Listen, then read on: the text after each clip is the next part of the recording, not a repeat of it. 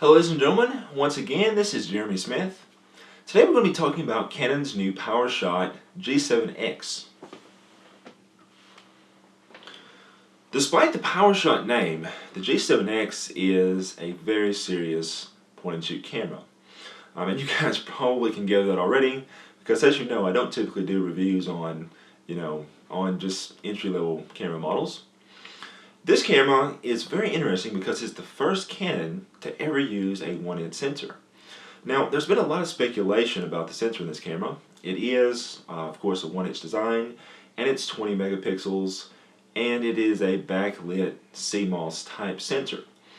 It sounds very familiar to another camera that we looked at recently, the Sony RX100 Mark III. And there's been a lot of speculation that Sony actually makes the sensor in this camera. And as far as I can tell, it hasn't been confirmed, but I'm thinking that it's got to be the case because Canon hasn't had any sensors that are 1-inch in size, and they haven't had any sensors that that have been of this type at all. So I think that there's a very strong possibility that it could be a Sony sensor. However, I would consider that to be a step in the right direction because Sony certainly makes excellent sensors. A lot of people did talk about the RX100 Mark III in the comments whenever I posted that video, and they said that they thought the lens was great, but they were a bit disappointed that the focal length was only an effective 24 to 70 millimeters. This camera, on the other hand, actually has a lens that covers a range from 24 to 100 millimeters.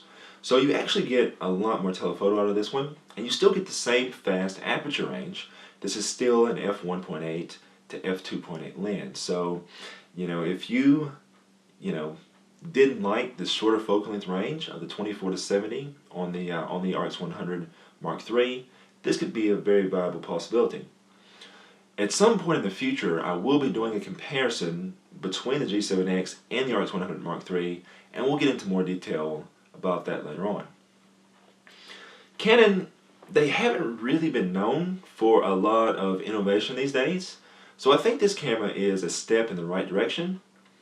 We're going to go ahead and take a look at the camera up close, and I'll go over some of the more detailed features with you. Taking a closer look at this camera, you realize that it looks a lot like the Sony RX100 Mark III. And I don't consider that to be a bad thing at all. Both cameras are certainly well designed. I do like how Canon has decided to add a little bit of flair to their design by adding these little red accents up here. As cheesy as it sounds, I do like the good aesthetics.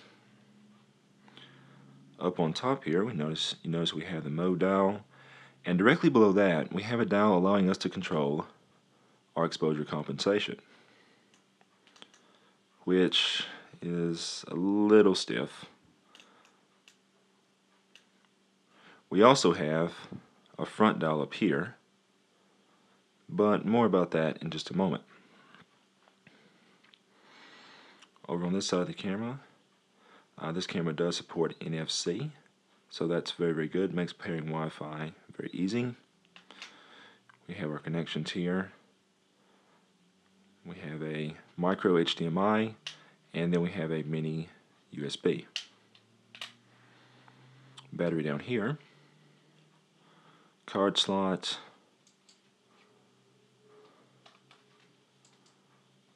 And battery compartment. Pretty standard fare in terms of compact cameras. One thing I noticed about this camera though is its battery life. I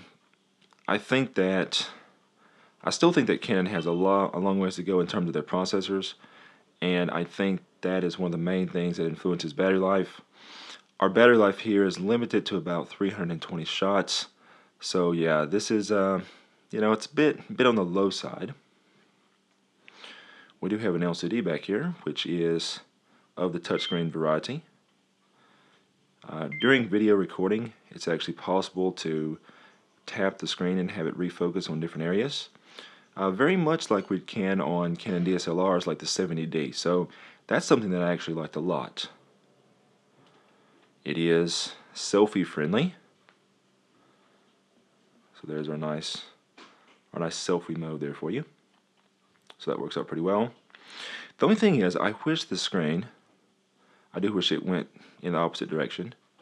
I wish we could go downward with it, but not really a deal breaker. This is the release over here for our pop-up flash. So that just goes like that. Pretty standard fare. This camera doesn't have a viewfinder, and that's something that I did like on the RX100 Mark III. However, I realized that most people probably won't be using a viewfinder on this type of camera. It is nice to have, but like a lot of things, it's just a trade-off. You know, this camera doesn't have the viewfinder, but it's also $100 less than the RX100 Mark III. This one retails for $699 USD versus the $799 USD price tag on the RX100. So it's pros and its cons. Just kind of depends on what you guys are looking for personally. If we go over to the movie mode, one thing is nice is the fact that we actually have full manual controls in video mode on this camera. Okay, so we can go over here, and it actually is possible to change aperture and shutter speed during video mode. We can even use ISO auto, which is pretty sweet. So we can, of course, use this back dial right here to change our shutter speed.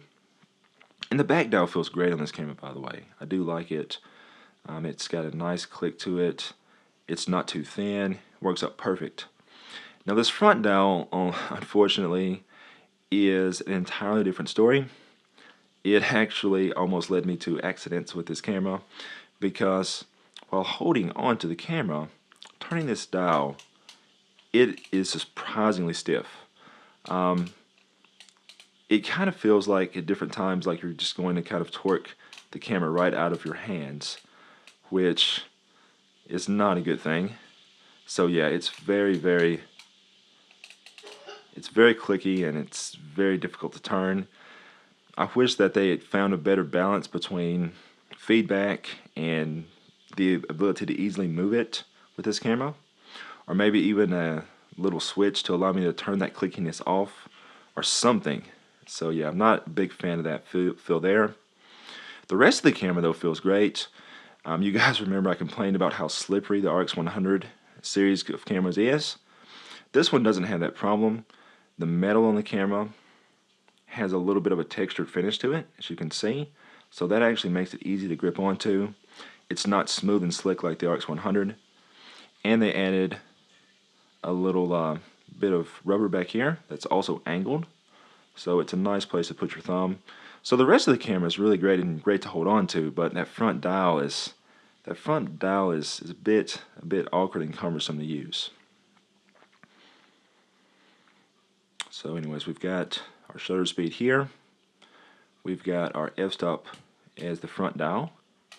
This camera is set to ISO auto right now, and as you can see, if I start recording,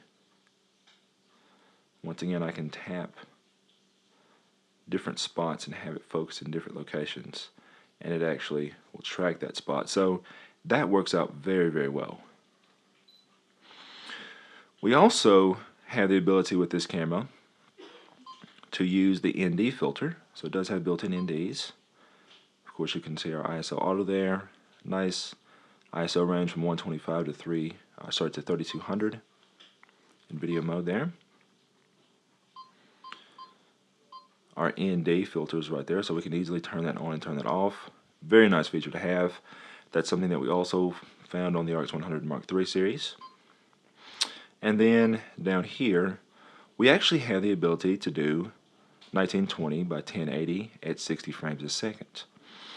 I'm not really a videographer, so I might, at some point I may get some of my video buddies to help me out and do a little bit of a video test between this camera and the RX100 Mark III.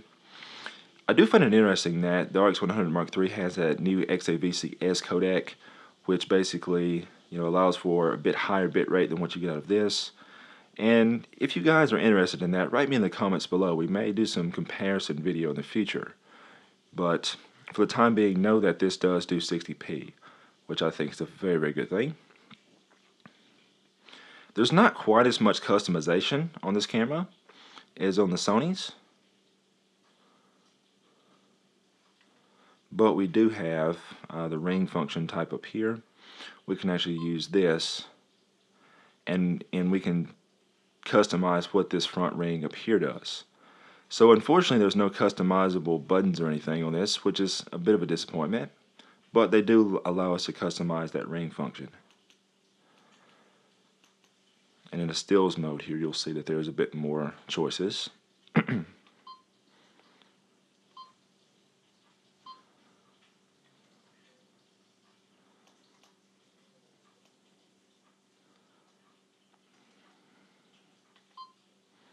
we go.